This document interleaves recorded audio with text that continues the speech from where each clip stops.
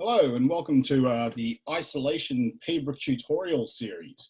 My name is Jonathan Quay. I'm the president of the Victorian Pipers Association here in Melbourne, Australia, and proprietor of JQ Piping, just a little shameless plug for myself. So with the current coronavirus situation around the world, we all have to make the best of it. I think learning is a good use of our time. So I'm going to present just a relatively comprehensive tutorial on Glengarry's Lament. This is a good pibroch for those just starting out, as the ground and the first few variations are quite straightforward. But like any pibroch, once you venture into the taller and the crunlure variations, they're a really good test of your skill, concentration, your stamina, your instrument. So this tune, I think, is good to take you up to about a C grade standard, depending on what standards your solo association works by. So I'll display the tune here so that you can follow it. Bear with me. So I'll display the tune here. I won't have it up for the whole time. I would encourage you to purchase. Your own copies of whether it be the Pibroch Society books or the Glengarry book, so that you've got your own library of pibroch. This stuff can be found on the internet, but it is good to support the organisations that produce these books.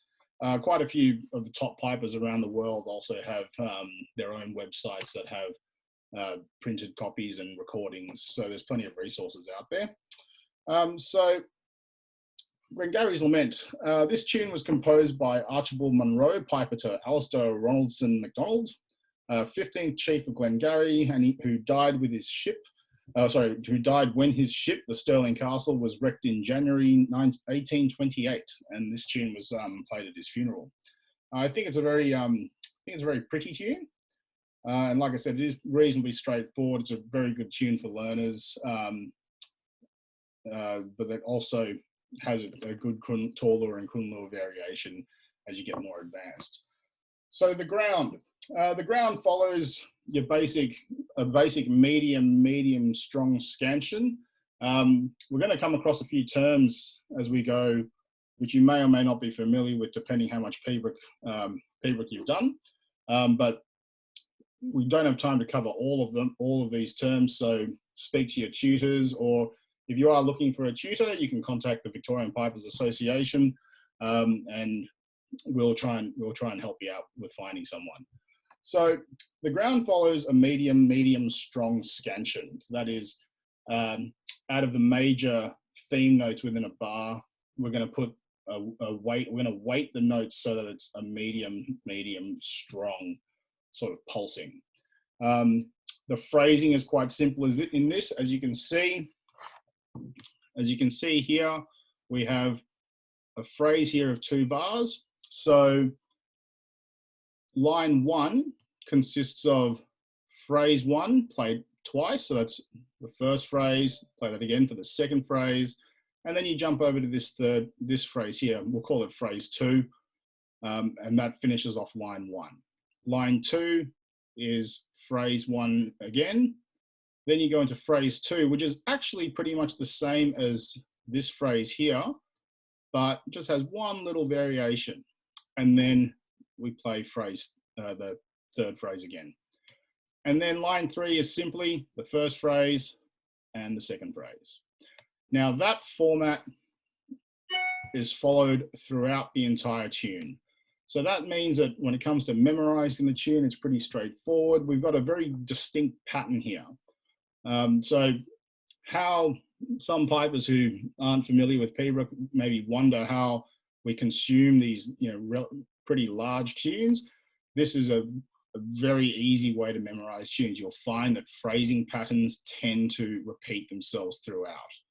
Okay, so the ground. I'll just play you the first line, maybe sing you through it a little bit and talk about some of the pulsing.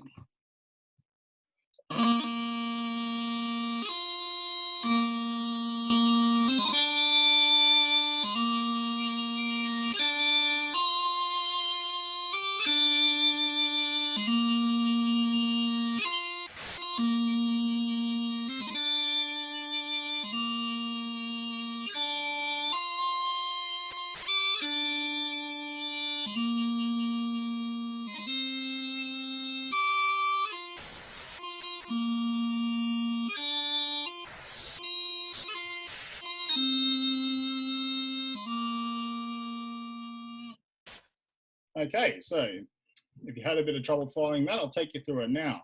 So when we talk about that scansion of medium, medium, strong, we have a medium pulse here on that long low A, another medium here on the C, and a strong pulse here on the low A. Some of the abbreviations here, you can see that they're down here. So a TR hovering above a C, that's just a grip from B to C.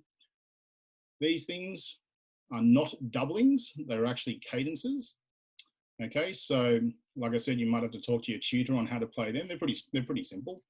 And for example, here there's another TR hovering above a B. That's just a little grip to a B.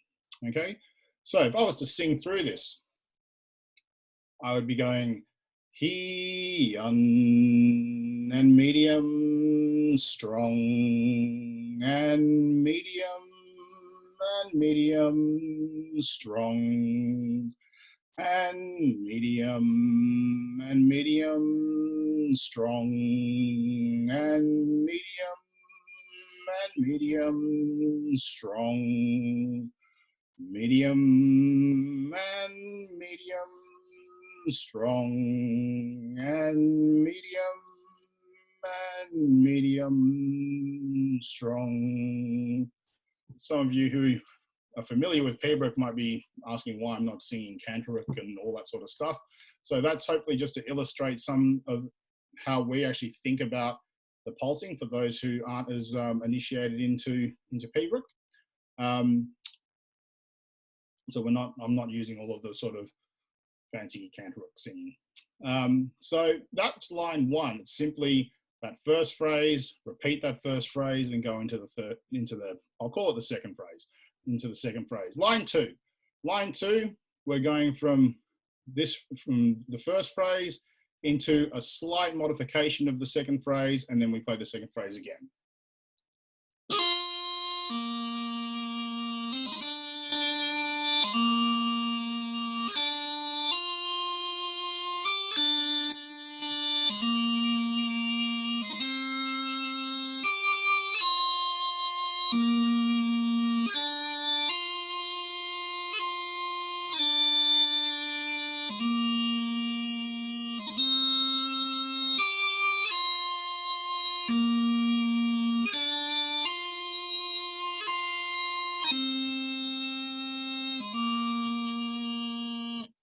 And then the third line is simply the first phrase again into the second phrase.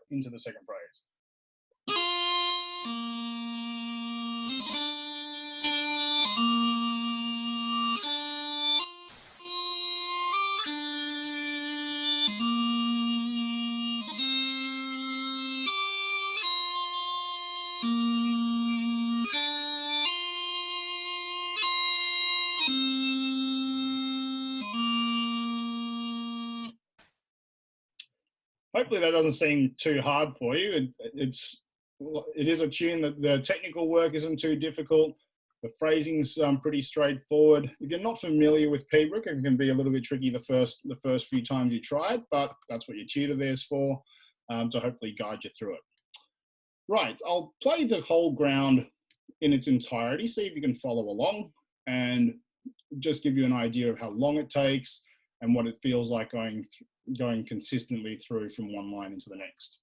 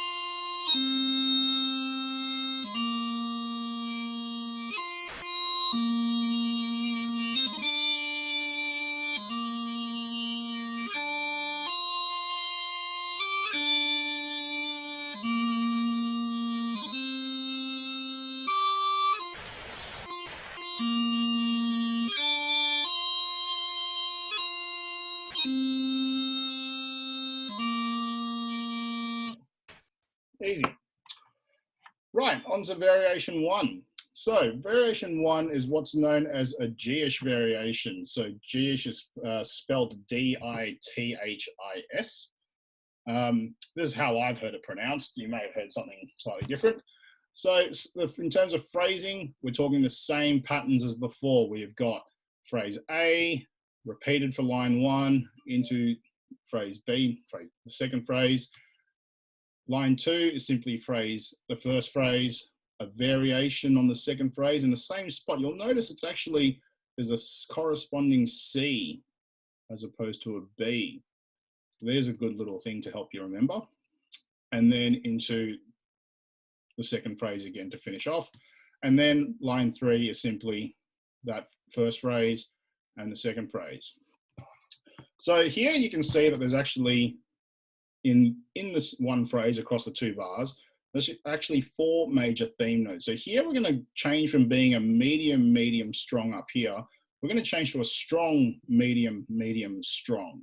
This is a scansion that you'll hear quite a lot. It's very common in piobaireachd. So when you've got 4 pulses, 4 major theme notes, we like to think in terms of strong, medium, medium, strong, to help us to highlight the phrase itself, and it gives a bit more structure to something which can be quite repetitive. Pretty much play it as written. You've got a G grace note to the theme note, an E grace note to a short joining note, in this case a low A, and then we jump up to the next theme note. So I find the trickiest thing in these sort of in a G-ish variation is how aggressively do we want to cut this short note. So I like to visualize a bit of like a rubber band stretching. If you stretch a rubber band, it's going to want to spring back. If we don't stretch it enough, it doesn't spring back very hard. It's kind of a fat short note rather than a brisk one. If we go way too far, we've got no choice but to snap back very hard. So we're looking for something in between, something where it stretches and wants to spring back. Okay, you'll get the idea. This does take a fair bit of practice to get the hang of it, but to start off with, keep it really simple. Let's just play long theme note, short note into the next one. Okay, you'll hear the rhythm go through, and I'll sing through it again just to show you what I mean.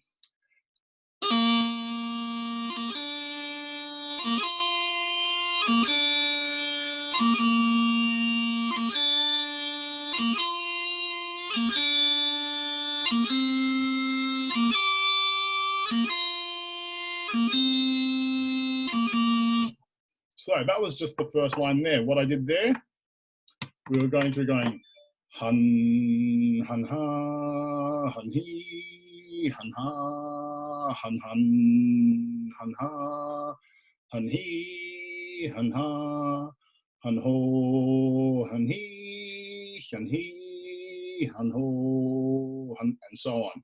So that pattern again, or that stretching thing I was talking about, if we're singing through it, we're looking to stretch out that long note.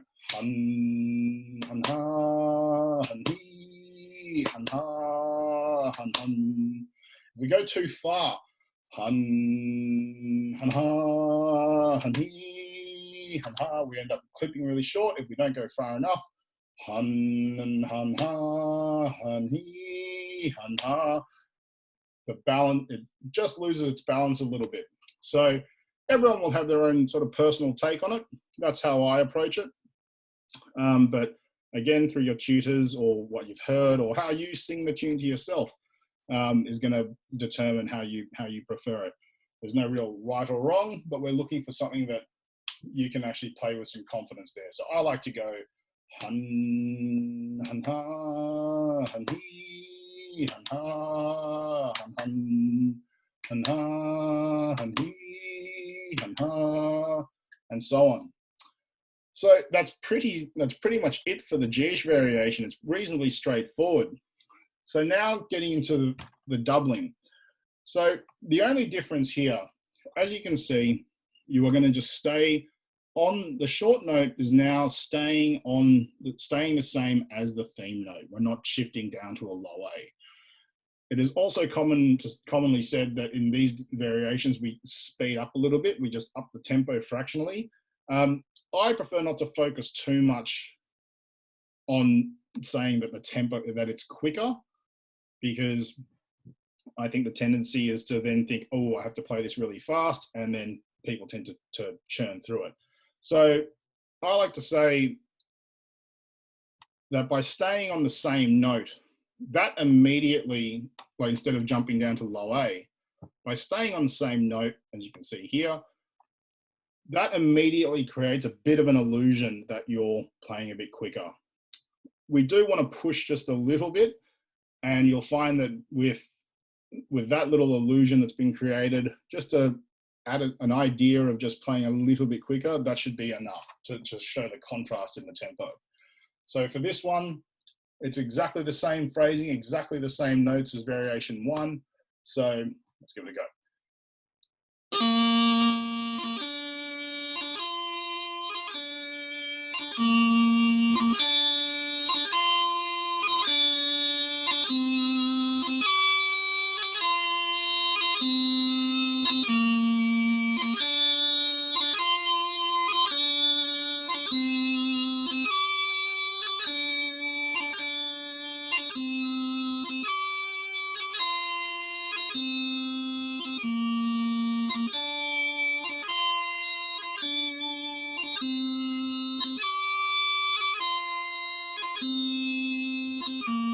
So that was that variation, the variation 1 doubling in its entirety. You can see that when it's over pretty quickly, it's not very long. And it's just that little bit brisker. You can, like I said, it sounds like it's rolling along because we're not jumping down to the low A's all the time. Just to give you a little example of how we bridge from one into the other, I'll just play you the last line of variation 1, so line 3 of variation 1, and then we'll move into the doubling. I'll just play you the first line there.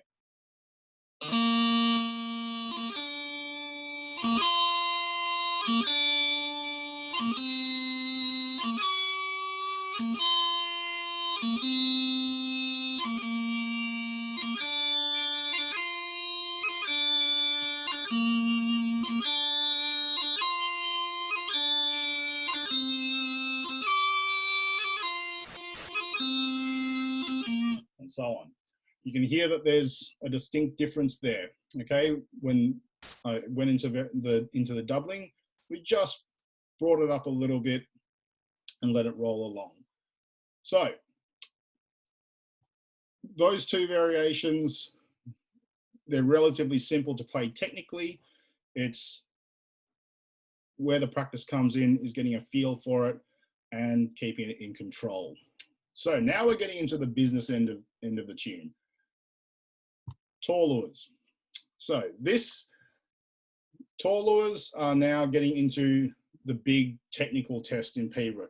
By this stage, you're halfway through your tune, you're under some pressure in a competition, probably getting tired. Your fingers might be starting to get a little bit tight, there's a bit of sweat coming down. So this is where your practice really starts to pay off. We want our taw-lures to be clear, consistent, and in control. So a lot of practice at home.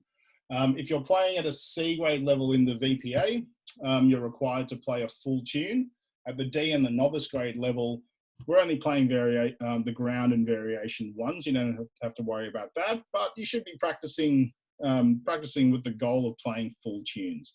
So practicing your taw-lures should be a regular exercise. I just do a very simple exercise, just a taw-lure scale. So each taw-lure is going down to low A.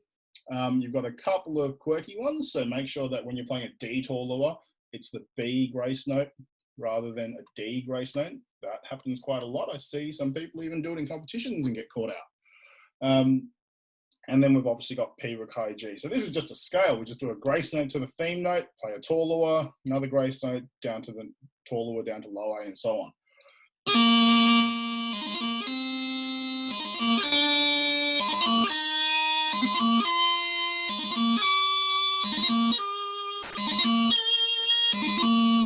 And I like to mix it around. I like to play it a little bit slower sometimes, a bit quicker, and I'm looking for consistency across the board with the movements.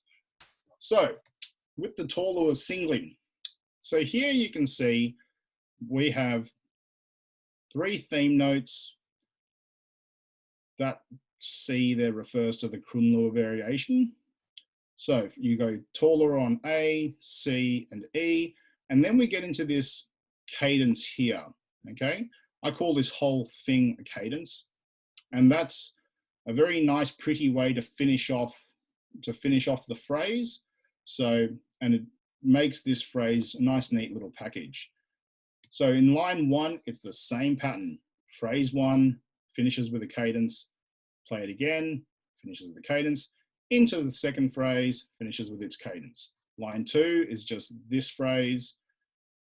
Here's that little variation again in line 2 in the middle. Okay, you'll see there's no cadence here, so we're actually going to run all the way through. As we hit the third phrase, we've got the cadence again. And line 3 is simply the first phrase followed by the second phrase. Very easy to remember. Okay, so just a rule of thumb in piobaireachd when we've got variations that look like this. The rule of thumb is that when you play the theme note here that goes before a cadence, we just hang on to that a little bit more. Okay, it just stops us from sort of plowing into the cadence and losing a little bit of finesse. All right, so I'll play you the first line.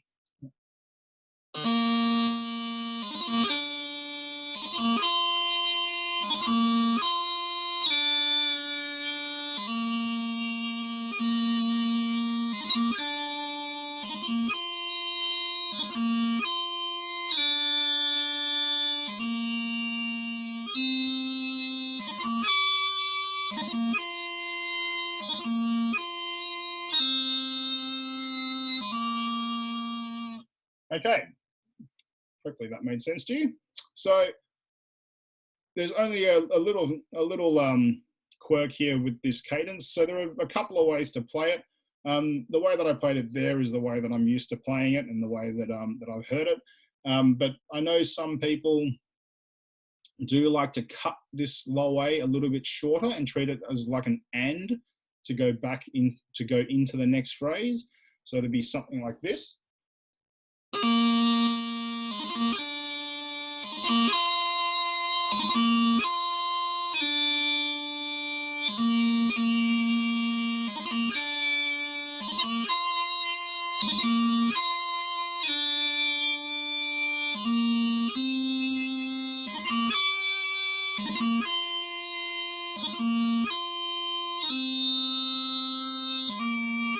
And so on. Either way is neither right nor wrong. I think both of them are really pretty. I like to finish the phrase off and then get into the next one. Other people like to have it as an and. As far as I know, both are perfectly acceptable. So I'll play you line 2 because this will just give you a little feel of how we run through this middle phrase. Okay, so line 2.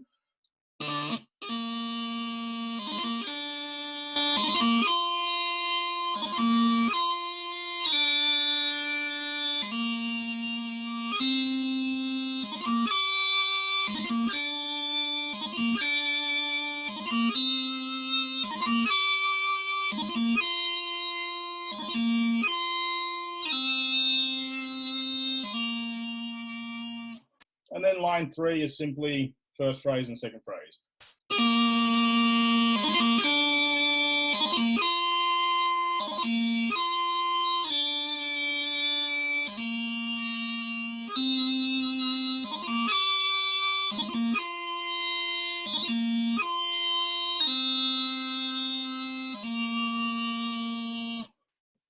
Okay, so that's reasonably straightforward. It does again take a little bit of practice to get used to holding off this E into the cadence. And obviously we're looking for consistency in competition terms. We're always looking for consistency and accuracy of your taller and execution. Right, getting into taller doubling. So looks pretty straightforward, is pretty straightforward. It's exactly the same theme notes as variation 1. You will see that we have taller into taller into taller and so forth all the way through. There are four notes across the 2 bars across the phrase: strong, medium, medium, strong. Just trying to keep that shape all the way through. This is really starting to get into a bit of a stamina and concentration test. Can you nail every one? Okay, So I'll play you line one. Just a little tip, first of all. We're looking to build some consistency here and build the tune. So the tune with pibroch, you know, it is obviously a single tune. We're trying to tell a story. We want this tune to develop as it goes along. So when you play these doublings, I hear it quite a lot that you hear it in competitions where you'll have players that let these Torlua variations and Kunlua doublings get the better of them, start to let it run away, be thinking about the technical work and not the phrasing and everything like that. So I like to harp back to variation 1. This is pretty much a direct reflection of variation 1. It just has a Torlua in between the notes rather than just a single low A. But if you think about it rhythmically, it's actually going to sound pretty much the same. And it's a good practice to play the variation 1 and then maybe play a phrase or two and then play your Torlua doubling and try and get them both sounding more or less the same. Okay, so in variation 1, I was going hun, hun, ha, hun, he, hun, ha, and so on.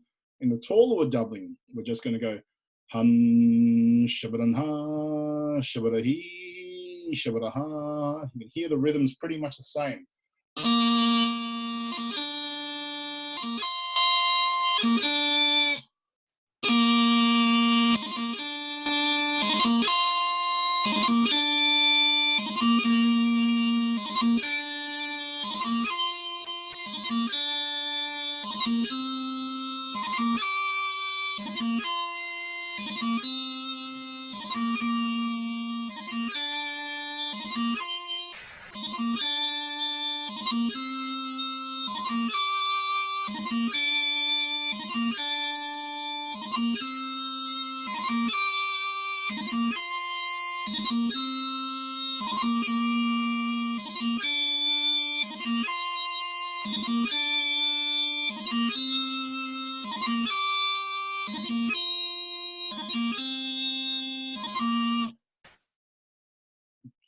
As straightforward as that. Again, musically, just like variation 1, musically, it's quite straightforward. We now have the technical challenge as well. So this is where we're starting to really get into our practice routines. It's good when you're practicing at home on pipes. Play your Torlua variation first. Get a few out there. Use it as an exercise to strengthen your Torluas. You know, it's very easy to just jump into the ground, play through your tune. Every time you practice, you're always a little bit fatigued when you get to the Torluas and they start to degrade. Especially, and it happens even more so in the Kunluas. Okay, so Kunluas. Really want to be talking to our tutors, making sure that we learn these in a very good, careful way, very thought out way. Same exercises, okay? But now we're doing it with Kunluas. Kunlua scale.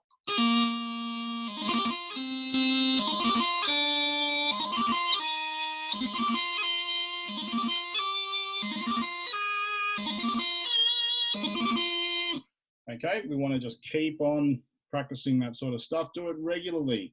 You can sit back and just pump out as many of them as you can, but still be concentrating when you're pumping, when you're doing heaps of them. It's very easy to get into practice routines where we're not thinking about what we're doing. Okay, so the Kunlua, exactly the same as the Torlua, so not too much to really think about here. There's always a lot to think about, but let's not too much to dwell on here. We've got theme note, theme note, theme note. Hang on to it a bit before the cadence. Exactly the same as the Torlua. Okay, so we don't want to make any changes when we're just going theme note with the Kunlua, theme note.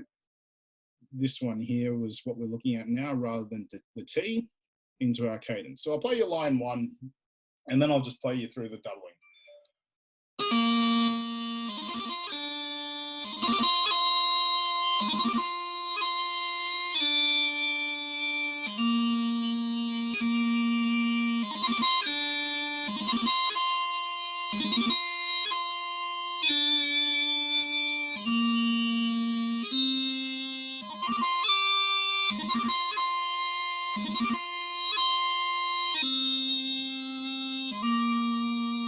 And so on. Okay, into our into our Crunlua doubling.